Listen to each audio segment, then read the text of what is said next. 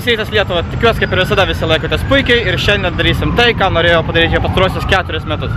Kiekvieną penktadienį vakare centriniam Londone, fuck kaip daug mašinų, kaip garsiai niekas nesigirdi. Palaukit, tuoj.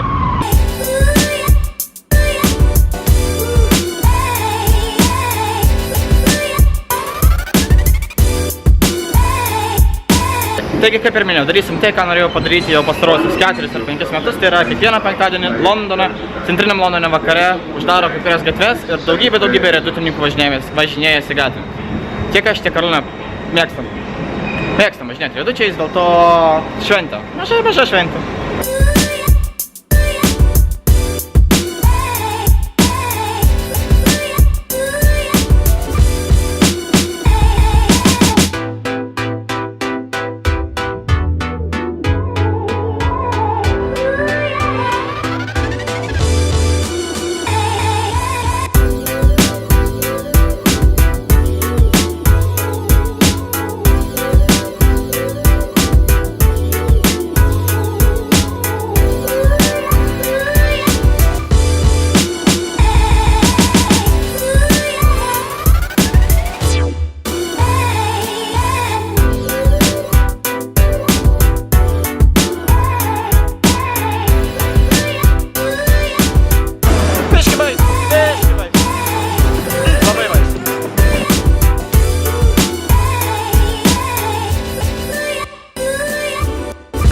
Patenkinta?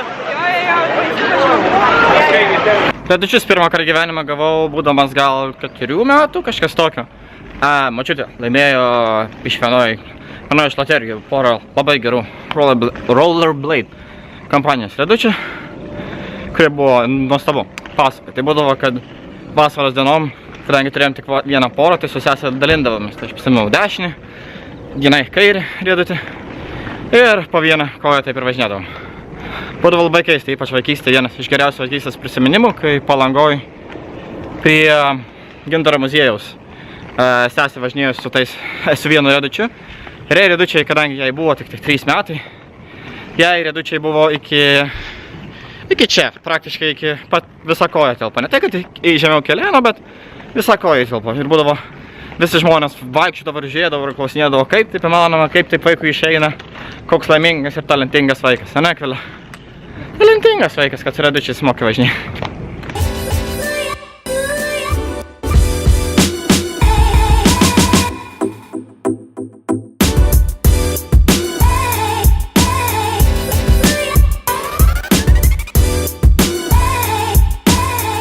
Esu sėkmingai kritęs tik tai porą kartų per savo gyvenimą su riedučiais ir vienas iš tų kartų buvo Klaipėdoj, gal vietiniai klaipėdiečiai žinos,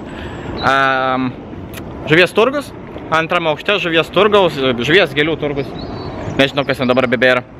Antrame aukšte, nuo antro aukšto įsibėgėjimo, ten kur antrame aukšte automobilio aikštelė.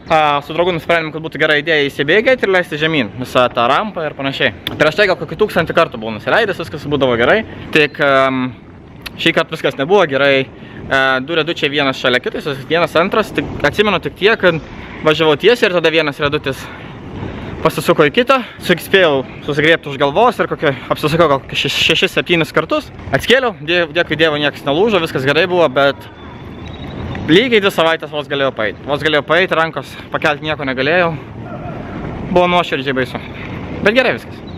Po to tik tai vieną kartą dar Londone kritau ir viskas. Yeah.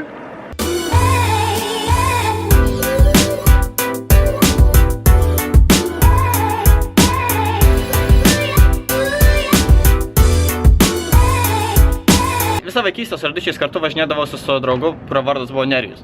Jis gyveno Naikupės gatvėj, berods, namo nepamenu, bet berods 36 bute. Nerijo, jeigu žiūri, ar kas nors pažįstat, ar bent įsivaizduojat, kas toks galėtų būti, parašykit, nes tikrai nuoširdžiai noriu sužinoti, kaip jiems sekasi ir panašiai, nes persikraušius dingo visi ryšiai. O buvo vienas iš geriausių vaikystės draugų. Geras draugas Jonas, ne? Jo pravardė buvo Čikarikas, tai kaip galit suprasti su akiniais. Tai jei kas pažįstat, ar žinot, kur jisai dabar yra, kaip visada, būčiau dėkingas.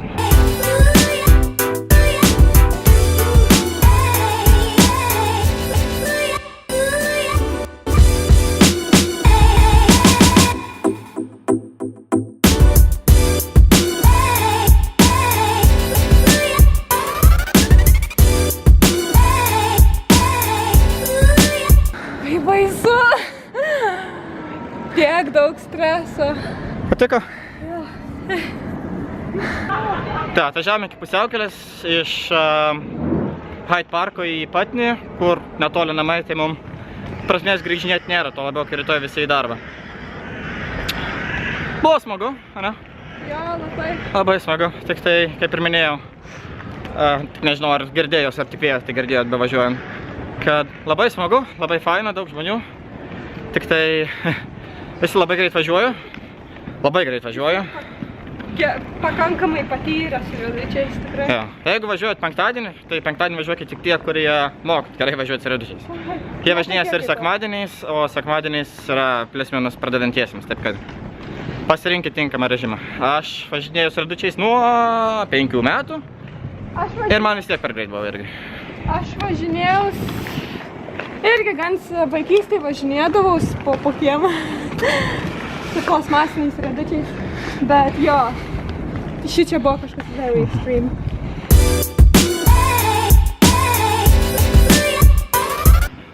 Ok, šiandienai tiek. Buvo labai smagu, buvo labai baisu, bet buvo tikrai verta, jei kas nors būsit centriniam Londone, ar turite riedučius Londone gyvendami, norit prisijungti. Į Google, tiesiog į Google paiešką rašykit London Night Ride Rollerblades ar kažką tokio. Ir tikrai rasit. Važiuoja kiekvieną penktadienį 8 vakaro. Tai tiek. Dėkui ir iki.